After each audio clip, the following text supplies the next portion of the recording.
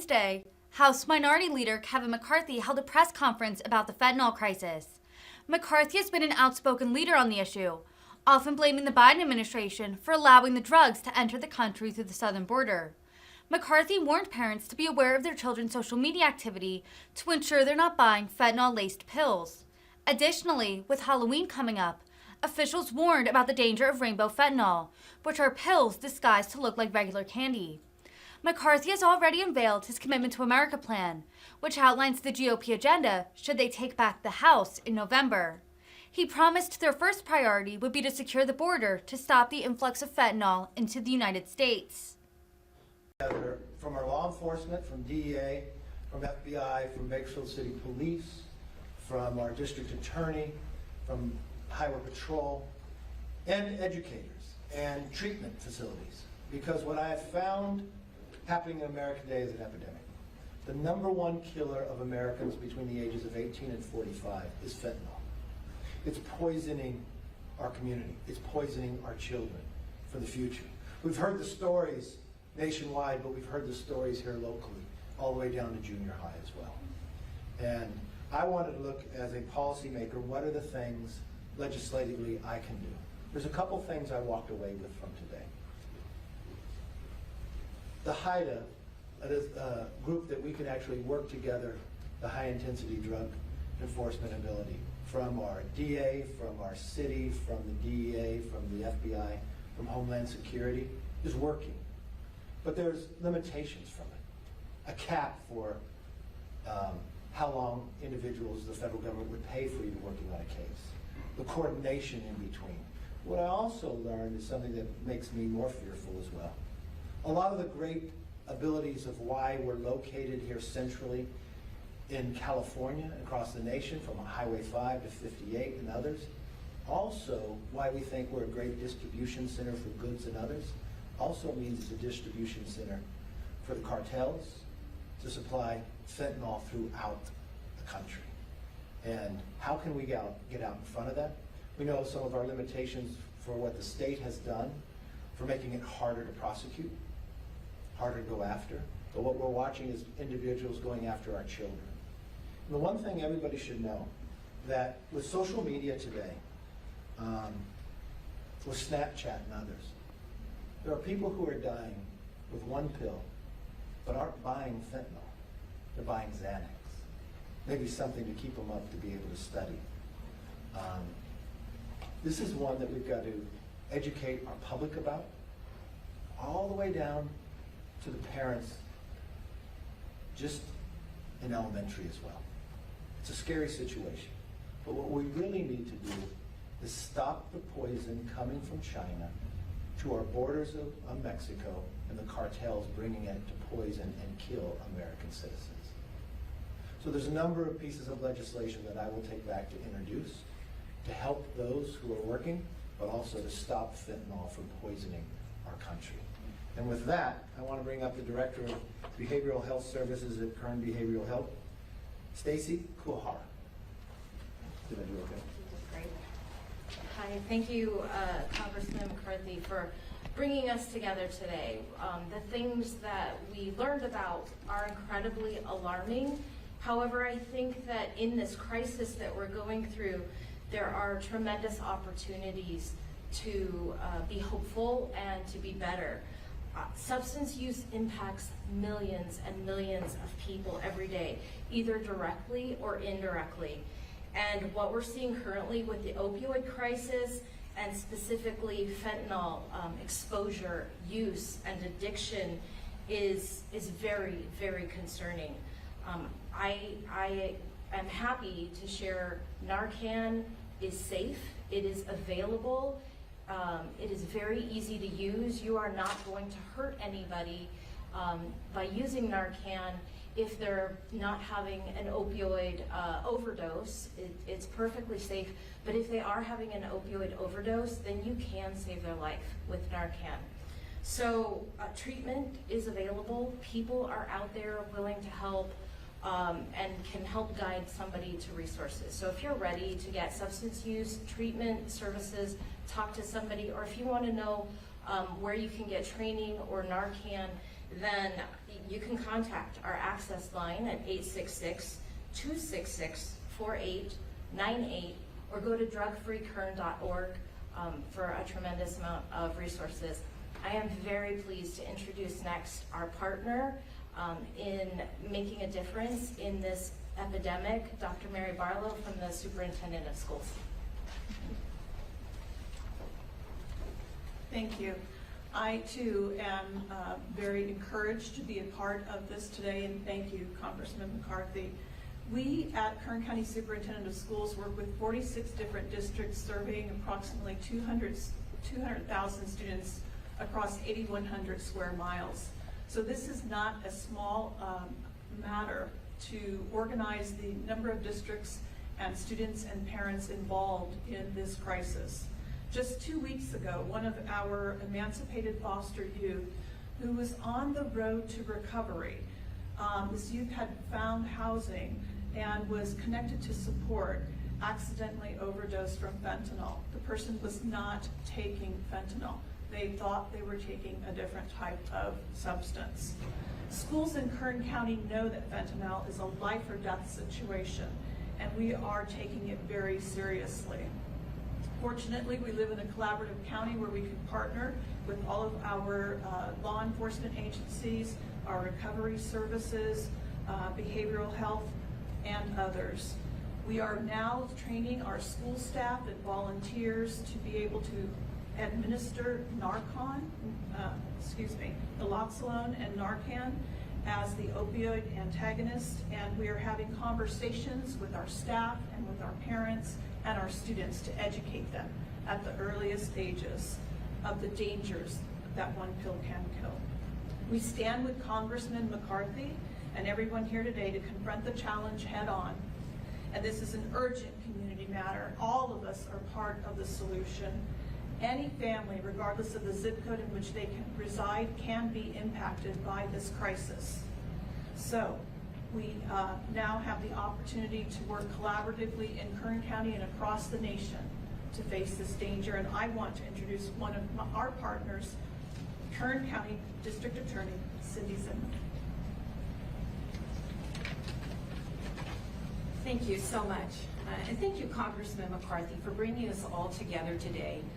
I learned a lot of things today and that I think are really going to help me in my fight against this opioid crisis. I've been in law enforcement for 38 years, and fentanyl is by far the deadliest drug I have seen out in the illicit drug market. It's so much more powerful than heroin and morphine. This poison is pouring over the borders and coming to Kern County, where we are seeing cartel members distribute this down to the street level. If you want to talk about Kern County statistics for a moment, let's think about what happened in 1 year regarding the overdose deaths. We have a lot of overdoses. People go to the hospital every weekend, but as far as the overdose deaths, they doubled in 1 year from 2020 to 2021. Our cases of possession for sale or sales of fentanyl have increased dramatically in my office. And one of the ways we can look at the numbers is the statistics from my crime lab. And when someone is arrested for possession of fentanyl, it's tested. And we have 12 times the number of cases that come to our crime lab than we did 5 years ago. And how does fentanyl come? It comes in pills, it comes in powder, it's laced in other drugs, and now we're seeing it in liquid form, which is quick for injection. We are hoping, the prosecution of drug dealers has been gutted in the last 10 years by our California legislature. We are not able to now, because of AB 109, send drug dealers, people that sell fentanyl, to prison. They get county jail time unless they have a strike, a gun, or they sell near a school. So that's particularly frustrating to us. So we look to our federal partners to help us with this. We were disappointed in the last year that the California legislature had 2 opportunities to help us with fentanyl. One, increasing penalties. That was denied. And also to require drug dealers to hear an admonition in court when they're convicted that fentanyl is dangerous, And if you sell to someone and kill them, then you could be prosecuted for murder. That is not required. Although luckily in Kern County, some of our judges allow us to provide those admonitions because we are ready, willing, and able, on the right set of circumstances in the right case, to prosecute someone who peddles this poison to someone who dies. We are ready, willing, and able to prosecute them for murder. I don't think the California legislature is responsive to this opioid crisis, but I think the community is ready to do something about that. And that's why I'm so appreciative that the congressman is here today. But I'd also like to say this. Think about this when you are voting in November. Think about it. Do you want somebody representing you in the California legislature that cares about your kids and what happens to them and think cartel members should perhaps go to prison instead of 30 days in the county jail? Thank you. And at this time, I'd like to introduce one of my longtime associates, Lieutenant Dan McCarthy from the Bakersfield Police Department. Thank you, sir. Good afternoon, Lieutenant Daniel McAfee, Bakersfield Police Department. And I just wanted to discuss a little bit. First of all, thank the congressman for getting this meeting together. It was much needed to talk about the problems and the issues we're facing in our community with fentanyl. And as you know, fentanyl is becoming a worldwide epidemic. We're no stranger to it here in Kern County. And some of the trends that we are seeing are what's called rainbow fentanyl. They're disguising it to look like Skittles, Sweet Tarts, candy, and things of that nature. They're even packaging in candy wrappers and things of that nature. So the reason I'm speaking today is we do have one of the most favorite holidays or festive holidays coming up with Halloween. And so I encourage all the parents out there, everybody taking your little ones trick-or-treating or that are going to be consuming candy and things of that nature this year. Make sure that you're paying really close attention to what your kids have in their buckets or their little things they're collecting candy in, and really start inspecting the things. I mean, we were told when we were younger, you know, that, hey, your parents will look at your candy and make sure it's okay before you eat it. I think nowadays it's more imperative than ever that our parents are diligent in that, because the cartels and the drug dealers are targeting our youth. And by making it different colors and conducive to making it look like candy, that's exactly what they're doing, and it's extremely dangerous. So I implore all of our parents and everybody out there that are coming up on this festive holiday to really take a look at what I'm speaking to and make sure that we're being diligent and bringing the safety of our kids to the forefront. So thank you. Congressman. Thank you. Good morning. Mark Lukey, Superintendent of Bakersfield City School District. Congressman McCarthy, thank you for the opportunity this morning to come and participate in this conversation. As a school superintendent, I urge our parents across Kern County to understand that this device here, albeit convenient for us as a cell phone, is one of the greatest dangers posing risk to our children. Know your apps, know the apps your kids are on, know who they're talking to, who their friends are.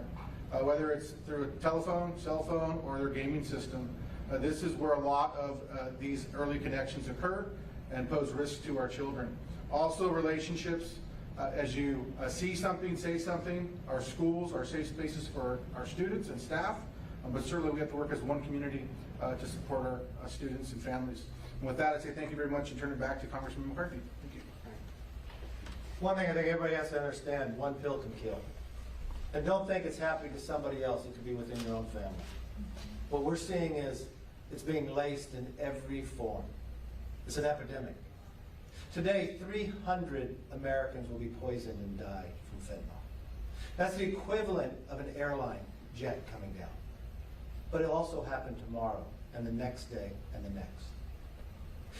If an airline crashed day after day, this entire country would say there's a crisis. Well, there is a crisis right now. Starting with chemicals in China being sent to our southern border, and cartels making billions of dollars, killing Americans. Now we're finding that every city is a border city. But the fentanyl doesn't just rest with an adult buying it. It's now down to our junior highs. We have Halloween coming as well. Bakersfield City Police, just like we do many times before, it is different this year. Make sure the parents are paying attention. Pay attention to your children's social media of what they're doing as well. This is going to affect everyone, and it has to come to a stop. Today's conversation we had will not be our last, but I take away from this ideas of where I can introduce new legislation to help Cynthia Zimmer, help the DEA, help the sheriff and police department combat this. But we really have to stop as China sending it and poisoning and killing Americans. With that, let me open it up for questions, comments. Congressman, you say there's a number of pieces of legislation that you want to introduce to address this issue. Of course, if Republicans do take the House in November, you'll have oversight ability. You can investigate the southern border, Mayorkas, if you want to. But actual legislation, there's a lot of ifs there. Depends on how big your margin is in the House, what happens in the Senate, President Biden's response. What can you commit, concrete legislation, what can you commit to addressing this issue here at home? Well, I would hope it wouldn't have to be a partisan issue, but even listening to Cynthia Zimmer, our DA, we're watching Sacramento is making it more difficult in Kern County and California. Sacramento policies are making it more difficult that drugs are able to kill more Americans. So if we are fortunate to take the majority, the first thing we'll do is secure our border. No matter who you spoke to, no matter what law enforcement agency it was, from the CHP to the DEA to the Homeland to the county sheriff to the city police, it's coming across our southern border. It's starting in China. Secure our southern border so it's not coming up here. Secondly, make it a Schedule I drug. It's temporary like that, but the number of times we tried to put it onto the floor, the Democrats have blocked that. Thirdly, enhance the ability for our law enforcement to work together. From the FBI and others. Right now they're capped at the number of hours of overtime. So they're working a case. But the cartels don't stop. They work 24 hours a day. So if they're working a case and they hit that cap, they've got to stop. I can enhance that. I was impressed today by how well the coordination between all the law enforcement agencies are able to work together. And think of this. There's some things on a federal level, but some things on a state level. We just watched the CHP with the Tulare County Sheriff do an amazing job to pull over 2 individuals, which I'm not sure the correct number. Was it 1 million pills or 500,000 fentanyl pills sitting in? But because of California law, because of a judge in Tulare, those 2 people never served a day. They were let out before the officers even got home. And did they show up for court that day? No. But how many thousands of Californians would have died had those pills got on the street? So yeah, there are a lot of things that will stop day one when we take the majority. Yes, sir. Could you describe, you said you were impressed with the coordination in the county, but also could you just kind of outline for us again some of the things that you discussed in the meeting? Well, there's some things in some cases we can't talk about, but I would just say, sitting in this room, you had the DEA, you had Homeland Security, you had the FBI, you had the Kern County Sheriff, you had the CHP, you had the Bakersfield City Police Department, you had the Police Department for the Kern High School District. Every case I talked about, they all coordinated and worked together. But they also talked about places that they had problems. They were all short on staff. You know what was an underlying issue of why they're short on staff? This whole movement of defunding the police. They're hard to hire individuals. They had programs they wanted to start up. And plus, we have no federal prosecutors, correct? At this time, no? At this time. So it holds us back. So another idea that I had for our DA and others, that they could be deputized federal prosecutors. If we're not able to hire to get them there. The DEA was running short. The Homeland Security was running short. They want to be able to bring a pilot program, just like they have in Fresno to Bakersfield, but they're short on staff. And when I say, do you need more money? The challenge is trying to hire someone. And when you dwell into it and ask them why, they're not getting the applications they used to. People aren't wanting to go into law enforcement back to because they felt the challenge of what we're seeing on the defund the police movement out there. And in our commitment to America, we're going to reverse that. We're not going to defund the police. We're going to provide more funding to them. We're going to provide them the flexibility that they continue to work on these cases to keep us safe.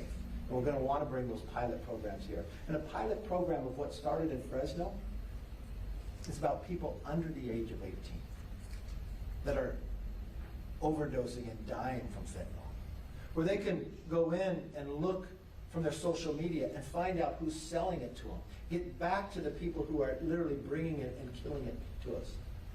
That's what we're trying to find, and that's what we want to bring to the table. Yes, sir.